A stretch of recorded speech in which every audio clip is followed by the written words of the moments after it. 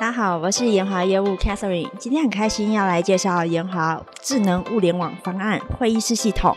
今天请到我们产品部经理 PM Sabrina 李来帮我们做介绍。大家好，我是 Sabrina 李，研华电子纸产品部经理。今天要为大家介绍电子纸会议系统的开箱以及安装，我们赶快进行吧 ，Go！Sabrina， 我们现在有这么多的会议室订阅方案，请问这个部分我们研华的产品都可以嫁接吗？当然喽，我们现在 offer Microsoft Outlook Exchange 2013、2016，甚至呢，我们还有 offer 云端的 Office 365的整合方案哦。甚至呢，如果您的会议室系统是 private 的一些自己自制的会议室系统，那我们有提供定时的汇入汇出的功能，帮您去整个串接嫁接您的会议室资料哦。哇，这么棒！那你赶快教我们开始部件吧。没有问题哦。那大家可以看得到，我们现在桌上呢，其实就有3台机器。那这一台呢，就是我们的 ARC 1123H。那基本上它出厂的时候就会安装我们的 ePaper 的一个管理套件，它叫做我们的 Device on ePaper， 出厂的时候就会安装好。那我们现在先把它打开，看它长什么样子吧。就是它本人。好的，再来呢，我们会有一台小 router 网关，帮我们控制对上连接我们的 ARC 1123，对下呢控制我们的 EPD， 就是我们的Wise 3240。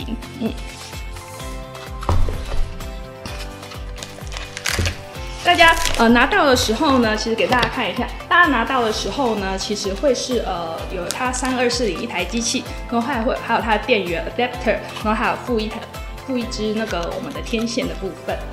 那接下来就是我们的 EPD 本人，让你把它拿出来吧。哇，好轻薄哦。对，这就是我们的 EPD。那拿到的时候就是这样，然后我们就是有3台的机器可以来安装。那接下来让我们来介绍我们如何的直接实际的部署它吧。好的，那这张架构图呢，大家可以很清楚的看到，我们拿到我们的装置 ARC 与我们的 Wise 3240的时候呢，我们都要把它经由我们这上面的 switch 直接连线到我们公司的区域网路内部，让它取得公司区域网路内部的 IP。我们东西这么多，那我们现在开始要怎么来操作呢？好的，现在各位看到桌上有我们的 ARC 1123，还有我们的 Wise 3240，还有我们的 EPD。那呢，第一步骤呢，我们要先让我们的 ARC 1123跟 Wise 3240全部都接到公司的内网。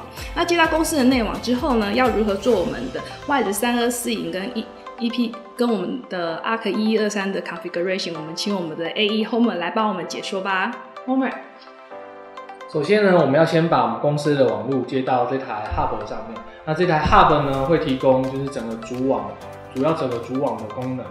对，那接下来我们要先了解说，接到公司网路之后 ，ARC 1123取得 IP 是多少？从这里可以看得出来啊 ，ARC 1123取得的 IP 是 172.22.12.91。那接下来我们需要把这个 IP 设定在3240上面。在3240这边，我们预设的 IP 是使用 192.168.1.1， 那进来之后呢，会需要输入账号密码。那在这里呢，我们需要把刚刚 server 的 IP 输入进去。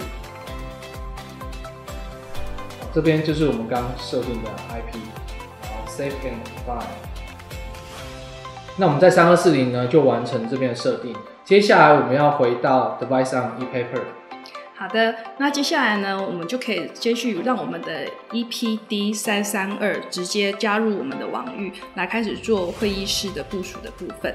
大家在收到我们的装置的时候，其实可以从纸盒里拿出来以后，大家可以看到，这个后面也有我们装置的 MAC address 在背后的部分。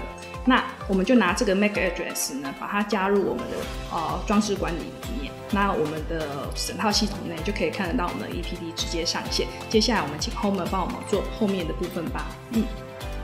ePaper Manager 可以透过网页来提供服务。那基本上你只要连得到 server， 那就可以从网页去登录到 ePaper Manager， 然后去对我们的 tag 去做管理。那在登录的时候呢，基本上目前所有设备都还没有加到 ePaper Manager。所以你看这边看到会是全空的。接下来我就要为大家介绍如何把我们设备加入 ePaper Manager。首先点选 Device List。那在这里呢，由于刚刚我们已经在Y3240输入了 server 的 IP， 所以当你点选之后呢，你就可以看到有 router， 就是我们3240，还有基本上要提供控制 EPD 产品的一个 EPD Hub 这两个。那点选完之后呢，接下来我需要把电子纸加入白名单里头。那目前这边也是全空的，那我要把我目前手上的电子纸的 MAC 输入。输入完之后呢，将它移到右侧，然后存档。存档完呢，接下来我要先把我的电子纸唤醒。这边有一个按钮，你去按它。接下来这边会亮灯，代表说它会进行一个刷图的动作。那你要确定等到左下角有一个断网的图案消失之后，那接下来呢，我们看回 ePaper Manager， 在这里去点选加，你就可以看到这一颗 tag 已经上线，那把它加入。那接下来大家可以看到，现在所有设备呢都已经在 ePaper Manager 上面了。原来设定的部分这么简单。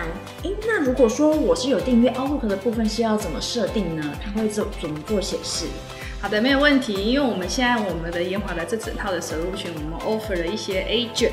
好，那这些 agent 是免费提供客户使用的，可以从我们的Outlook Exchange 2013、2016，还有 Office 365的部分呢，直接将资料拖拉下来，直接 push 到我们的 EPD 里面。那这一些 agent 的一些设置呢，只需要一些基本的设定就可以了。好了，那就是经由刚才以上的短短几个步骤呢，就可以完成我们所有的会议室系统的嫁接。这么简单轻易就可以部件的套件，如果有兴趣的各位伙伴，欢迎与我们的业务同仁联络。谢谢，拜拜。